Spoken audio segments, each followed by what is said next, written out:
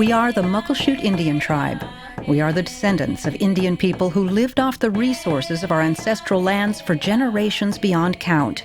Throughout our history, we faced many challenges, but we never lost our ties to each other, to our land, or to our identity as a people. Know us. We are the Muckleshoot Indian tribe.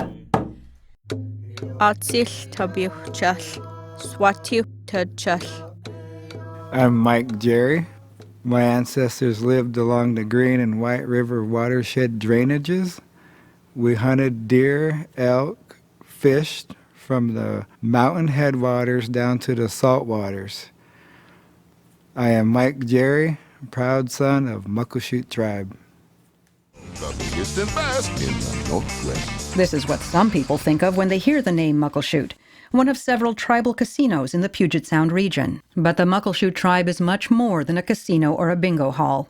The tribe possesses a cultural identity and a political existence that predates the United States. In the 1850s, Muckleshoot ancestors negotiated and signed treaties with the United States. In those treaties, the tribe reserved rights as a sovereign nation. Being recognized as a sovereign nation means that we have the right to govern ourselves. We have the right to decide what is best for our tribe. We have the ability, just like the state of Washington, to establish our own laws, policies, and guidelines of how we operate our government.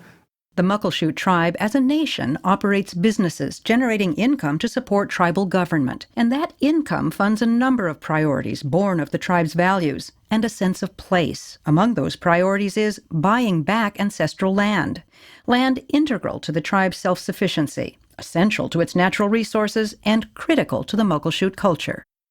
The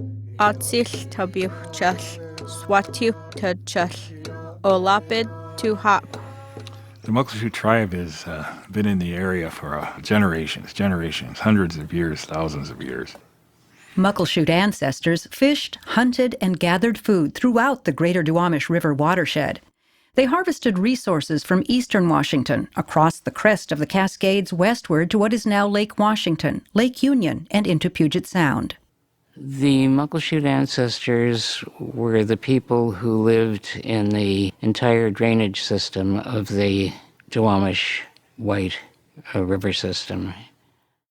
In those times, those bands were all the same people.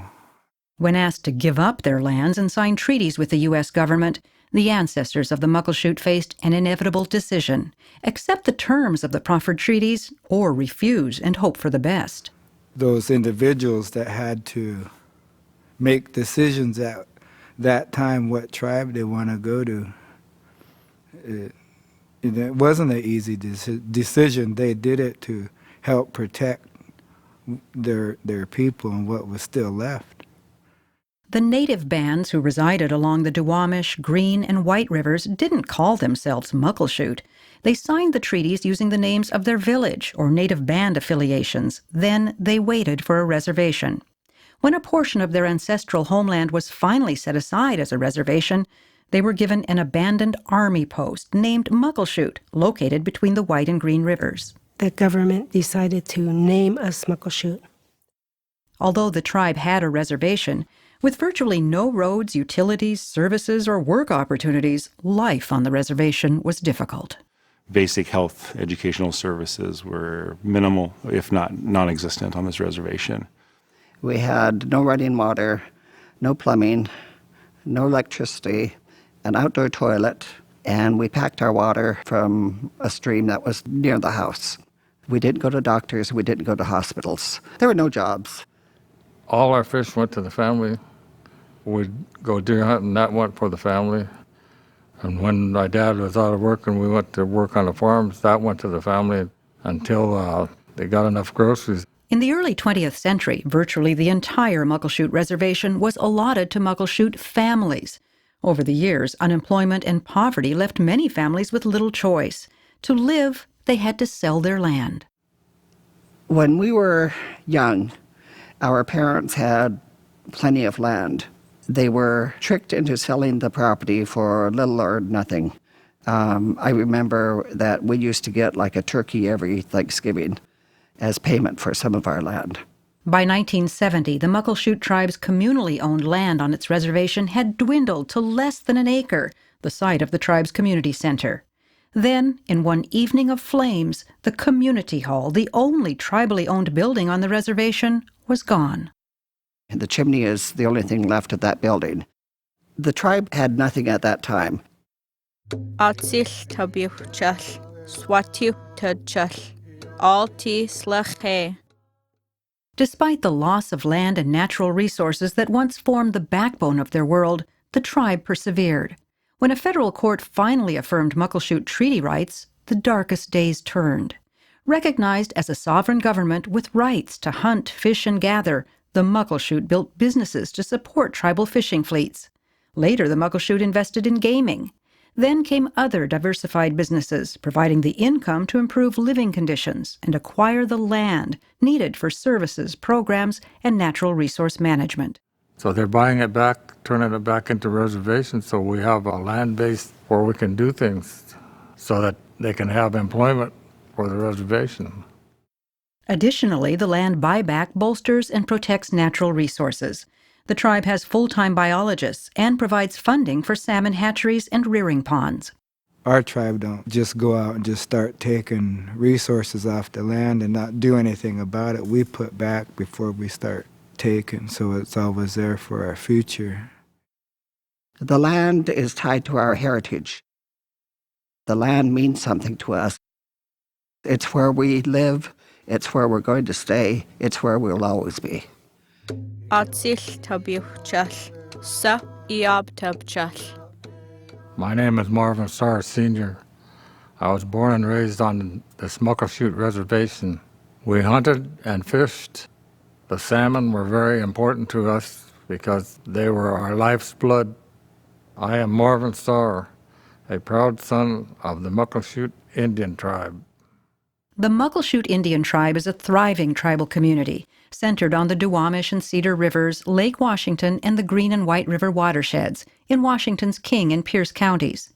A sovereign government, the Muckleshoot Indian tribe's elected council, with the advice from a general council of all tribal members, manages income from its economic enterprises, such as the White River Amphitheater, Salish Lodge and Spa, and Emerald Downs Racetrack. The tribe uses their income as other governments use their tax revenues.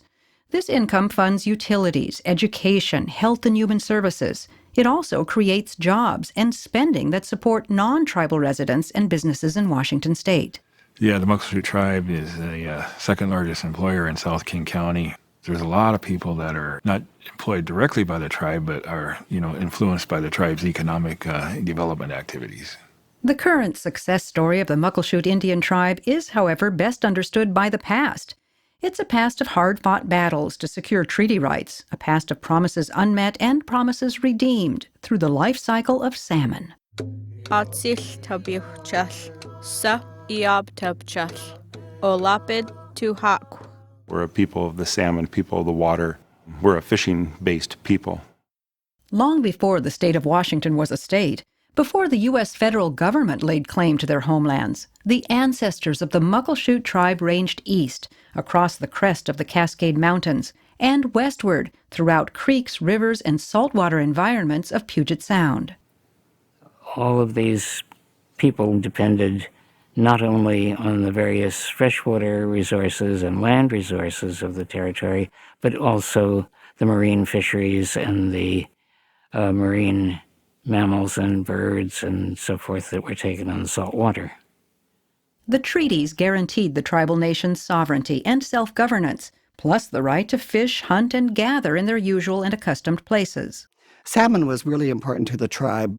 We didn't have that much fresh food, so that was what we lived on. By the mid-1900s, the state increasingly cracked down on native fishermen. The state maintained its fishing regulations superseded tribal treaty rights and arrested Muckleshoot fishers and hunters trying to support their families. When my dad and them would go fishing, they'd have to sneak out, and go fishing and fish in the middle of the night, and sneak around. It was a difficult time for the tribe. It's because the Indians lived off the land, but you can't live off the land if you have no rights to fish. Tribes from around the region staged protests, asserting their rights defiantly and publicly, and they just as defiantly went to jail. When a person gets arrested and brings it gets the case to court, then a decision needs to be made. When a person got arrested, it brought it to a decision place. That decision place was a federal court where Judge George Bolt upheld treaty fishing rights. The Bolt decision said treaty tribes can fish at traditional places and are entitled to 50% of the catch. I did extensive research that supported the claim of the Muckleshoot Indian tribe that it was descended from bands named in the treaty, clearly preserving their treaty rights. It brought strength back to the men as providers and also as leaders. They were able then to start selling their fish and become providers for the families. These are just reaffirmations today of what we do. So why we can sell fireworks, why we can fish when we can fish, why we have a casino, why we can have an amphitheater and so forth. Those are our rights, and as a government and a tribe, as a nation, we make those decisions on what we can do here. One of the tribe's early decisions was to hire a grant writer, resulting in a tribal Head Start program. Other grants bolstered tribal government and administration. However, the Tribal Council knew that over the long term it needed to develop a self-sustaining economy. With an eye on the future and commercial loans unavailable to the tribe, the council partnered with the Seminole tribe to open a bingo hall. With its success, they decided to build a casino. We opened it and people were lined up to get in the doors. And so then to put together programs to help our people, that was probably one of the most rewarding things that I've ever been part of. Atsil tabuchal, sa iab tabchal, alti slache. The resurgence of the Muckleshoot Indian tribe's resources began with the Bolt decision. It accelerated with the introduction of gaming on the reservation, and it continues with the ongoing diversification of tribal business holdings and investments. But the true worth of the tribe's income is that it's managed in remembrance of the hard times and to ensure a brighter future. The wisest moves that we've made was to set up a budget system where the money isn't just spent. We have reserves. Those funds help support a number of services for tribal members. Of highest priority are programs that help the Muckleshoot people help themselves. There are low-interest loans, home construction funds for elders and veterans. The tribe even provides help with mortgage down payments to qualified applicants. However, the most important program supported by tribal funds is education. The two most important priority areas are housing and education. The number one priority is education. The Muckleshoot tribe provides on-reservation infant and childhood programs, K through 12 education, even college degrees. And so they can really go from birth to higher education now, right here on the reservation with those services. And the tribe has a full scholarship program for members who continue their technical training or higher education degrees. The program supported Madrine Salgado through her achievement of a bachelor's degree from the University of Washington. Being able to go up there and not have to worry about where my tuition money was coming from or my book money was coming from, I was very fortunate for that. Whether it's education or housing, I think it just gives you that sense of you're not in it alone, and there's people behind you that are proud of you and that support you. Our greatest resource is our people. Atsil tabuchal, akui yol yolabchal. My name is Virginia Cross. I have served on the Tribal Council of the Muckleshoot Indian Tribe for over 30 years. When I was small, we had very poor conditions, but we are providing a better future and a better education for our children today. My name is Virginia Cross. I am proud to be a Muckleshoot tribal member. The Muckleshoot Indian tribe is a federally recognized tribe. This recognition is more than an acknowledgement of Indian heritage. It is recognition that the tribe possessed political authority over its members predating the United States, and it has retained that authority over time. This means the tribe functions as a government, meeting the current and future needs of its community. We are different than any other ethnic-based community. We're actually a people. We're actually a government. We're a sovereign nation. We elect our leadership. We have committees that oversee land use and housing and health care. We deal government to government. We function as a government to a high standard because we want people to recognize us as a government. As a government, the Muckleshoot Indian tribe uses its business income in the same way other governments use tax revenues. The money supports services for the tribal community.